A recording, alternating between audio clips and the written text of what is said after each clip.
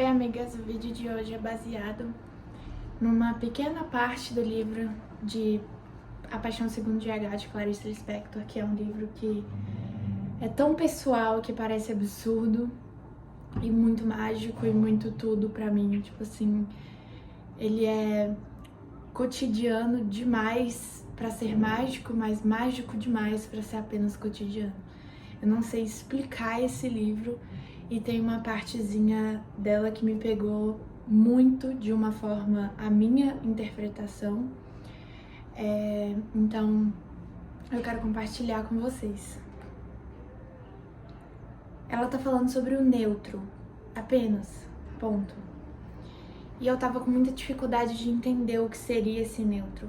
E eu me lembrei que Clarice Lispector nada mais do que é a sua interpretação sobre as palavras dela, a forma como ela brinca com as palavras e que te dá 1000 camadas a descascar e a compreender, enfim. Todo momento poético, tudo bem. Era como se antes eu estivesse estado com o paladar viciado por sal e açúcar, e com a alma viciada por alegrias e dores, e nunca tivesse sentido o gosto primeiro, e agora sentia o gosto do nada. O que isso diz pra mim, de acordo com a minha interpretação, com a fase exata de que eu tenho vivido? É muito sobre a minha alma se acostumou com alegrias e tristezas. Sentir o gosto do nada, sentir o gosto do neutro, sentir o gosto da rotina, pra mim, tem sido uma coisa diferente. Não diferente ruim, só diferente. E ela continua depois, e com uma parte incrível, que ela fala que dentro dela existe uma civilização. E pra mim, isso faz completo sentido. Então, com o desmoronamento da minha civilização e de minha humanidade, o que me era um sofrimento de grande saudade, porque, tipo assim, a gente abandona certas coisas da gente que dão saudade, mas saudade não quer dizer que quero de volta, entende? Com a perda da humanidade, eu passava orgiacamente a sentir o gosto da identidade das coisas. Véi, o que isso pra mim significa? Sentir a identidade das coisas, sentir o gosto da identidade das coisas. Eu acredito que seja... Vai parecer viagem, mas eu acredito muito que seja muito relacionado à minha interpretação, tá? Lembrando sempre que eu estou falando da minha interpretação, de uma coisa pessoal, sobre essa questão da rotina. Mas saber o gosto da identidade das coisas, pra mim, é muito profundo, porque eu senti esse gosto da identidade das coisas a partir do momento que eu senti... Sabe aquele negócio que falam que o cérebro termina de se formar, o córtex pré-frontal, com a idade praticamente, aproximadamente ali dos 21 anos? Eu tenho sentido a maturidade, eu não tenho 21 anos ainda, porém eu tenho, alguns pesquisadores, alguns cientistas médicos, anyway, falam que seja 21 ou 25, não importa, a gente vai criando uma maturidade ao longo da vida. E o nosso cérebro vai se formando cada vez mais, amadurecendo, crescendo ao longo da vida. E eu tenho sentido muito isso fisicamente, mentalmente, emocionalmente, com tudo. Era como se eu não soubesse o que era uma coisa que estava na minha frente. Tipo assim, as coisas começam a fazer sentido, eu começo a dar nome a rostos, quando eu sinto essa maturidade chegando e tipo, sabe, entende? Você consegue entender o que são coisas um pouco mais complexas, talvez até entender sentimentos, essas coisas assim, seria um bom exemplo, a partir dessa maturidade mental. Isso é muito bacana, só que também é muito louco, porque, não sei, tipo, do nada você é gente, sabe, você é criança, e do nada você tem noção sobre a vida, e você tá vivendo, aí do nada começa a adolescência, que é literalmente pra mim um filme de Divertidamente, E aí, do nada, você tem uma consciência se expandindo que eu fico assim, caracoles, eu nunca senti isso antes, eu entendo coisas que nunca entendi. Isso pra mim é, nossa, uma loucura, uma loucura, uma loucura, uma loucura, meu Deus do céu. É muito difícil de sentir. Até então, eu estivera tão engrossada pela sentimentalização que ao experimentar o gosto da identidade real, esta parecia tão sem gosto como o gosto de quem tem na boca uma gota de chuva. É horrivelmente insípido, meu amor. Simplesmente Clarice Lispector, a cada 2 palavras que ela solta, 3 facadas no meu peito. Eu acho, gente, que é muito pessoal. Eu acho que eu sentei com ela em algum momento da minha vida passada, contei tudo o que ia acontecer nessa vida nova e ela transformou em vários livros. Eu acho que é isso. Eu acho que eu esperava tanto que fosse mais. Sabe aquilo da gente falar sobre a intensidade das coisas?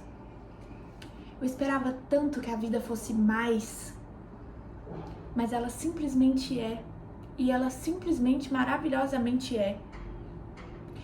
Quando eu virei a chavinha assim, de que eu descobri que as coisas mais belas e mais sentidas seriam as mais simples, eu consegui sofrer bem menos com essa situação. Mas aqui eu ainda tô tendo dificuldade com a questão da rotina, mas eu já tenho alguns parâmetros estabelecidos de acordo com experiências próprias, porque eu tive tempo pra viver, né? Porque eu vivo numa ansiedade tão grande de querer saber tudo ao mesmo tempo, uma necessidade absurda de querer saber tudo, que eu não dava nem tempo de eu viver, eu já tava querendo saber o porquê das coisas. Calma, tá? Eu passei por algumas experiências agora na vida que eu consigo dizer sobre esse assunto de rotina. E dizer, não só dizer dele, mas dizer e assumir humildemente que não sei. Sabe, só sei que nada sei. É isso. É literalmente isso. Até então, meus sentidos viciados estavam mudos para o gosto das coisas. Eu acho que isso diz muito sobre como eu via as coisas logo após uma vida turbulenta, achar que a vida era feita de momentos especiais, não de momentos simples. E é literalmente um vício de uma adrenalina, de coisas de ego, e do nada eu não tenho mais nada. Do nada eu tenho uma vida limpa, onde eu preciso me gostar, me amar, me cuidar, me respeitar. E eu falei assim, que diabos é isso? Como assim? Os dias vão ser chatos assim? Só que quando você experimenta, o que eu quero dizer sobre vícios, no geral, quando você tá acostumada a comer doce todos os dias e você fica uma semana sem comer doce, o seu mundo acabou. Você fala, as coisas não têm gosto de mais nada. É igual ela falou, é como se eu tivesse viciado em sal e açúcar. E aí, pra mim é muito isso, porque eu vivi uma fase de festas, de me importar muito exageradamente com a minha beleza. E confesso que acredito que quanto mais eu me arrumava, mais eu não estava legal, porque era uma beleza mentirosa, sabe? Eu me via muito por ângulos, eu me via mais por ângulos da câmera, por maquiagens, do que por quem eu realmente sou. Então eu nunca procurei uma beleza que me ajudasse a ser mais bonita. Eu sempre procurei a beleza que fosse melhor para a sociedade, no sentido de querer ser mais padrão. Eu queria ser a mais padrão possível, porque eu achava que ali estava a verdade, eu estava longe da verdade, eu só ia conquistar ela quando eu ficasse igual a todas aquelas outras pessoas que são extremamente idênticas, que eu não consigo diferenciar. Sabe aquele negócio de falar assim, mas pra que você quer ser igual a todas elas, se você chacoalha uma árvore e cai em 10 iguais? Essa eu acho a maior beleza da vida agora, que eu percebi. É a diferença entre as pessoas. Aquela beleza diferente, onde você se reconhece diferente, você acha interessante, É uma beleza muito mais legal do que você perceber que a outra pessoa tem ficado tão parecida com as outras que você nem sequer reconhece quem é quem. Entendeu?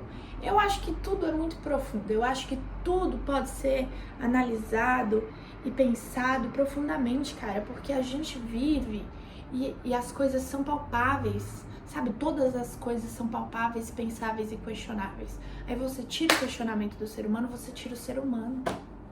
Não pode fazer isso.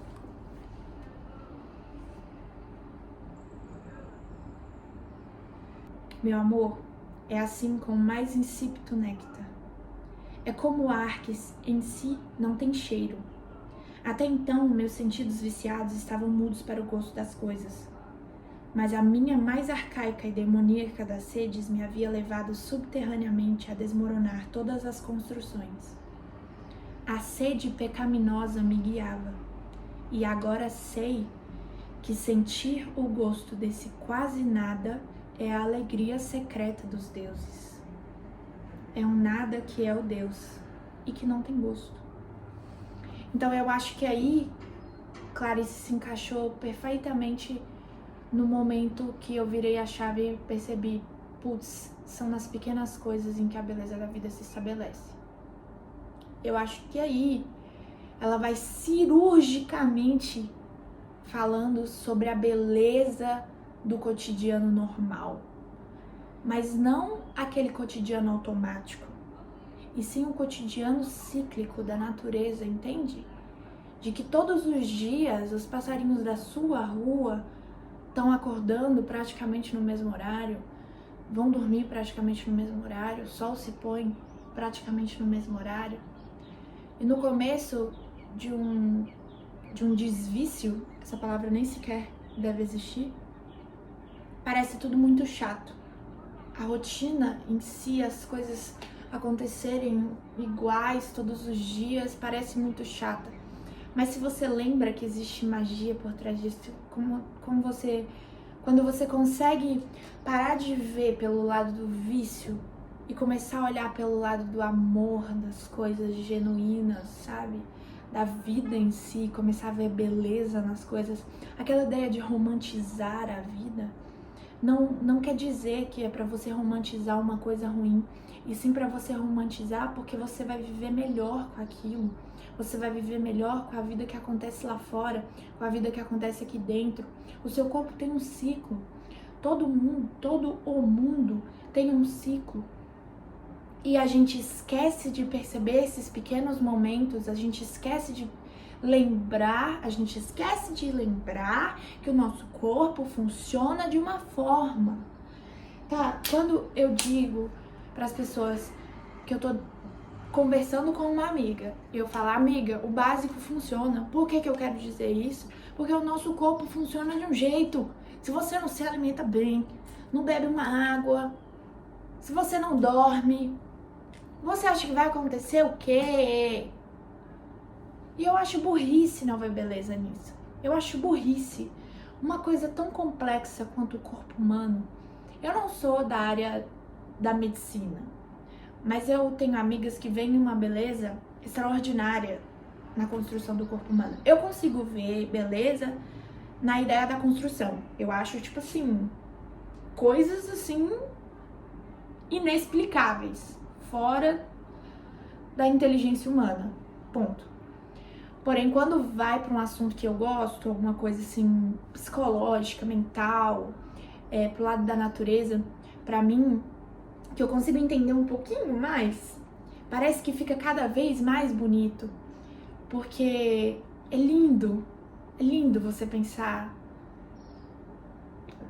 A natureza em si, sabe, é tudo tão lindo, não é viajado, gente, não é sobre o dar oi pro limoeiro, que já me mandaram 35 vezes esse vídeo do limoeiro, mas às vezes é também, entende? Já custa abraçar uma árvore e falar com ela, cuidar das plantas, dar bom dia pra sua planta, não te custa. Custa, na verdade eu acho que custa a sua vida, porque pra mim custa a minha vida. Eu estava limpa de minha própria intoxicação de sentimentos. Limpa a ponto de entrar na vida divina, que era uma vida primária, inteiramente sem graciosidade. Vida tão primária como se fosse o maná caindo do céu que não tem gosto de nada. Maná é como uma chuva e não tem gosto. Sentir esse gosto do nada estava sendo a minha danação e o meu alegre terror. O meu alegre terror, pra mim, é literalmente a transição. A transição do vício indo embora, de você conseguindo perceber as mínimas coisas, a beleza nas mínimas coisas. Eu acho. É isso.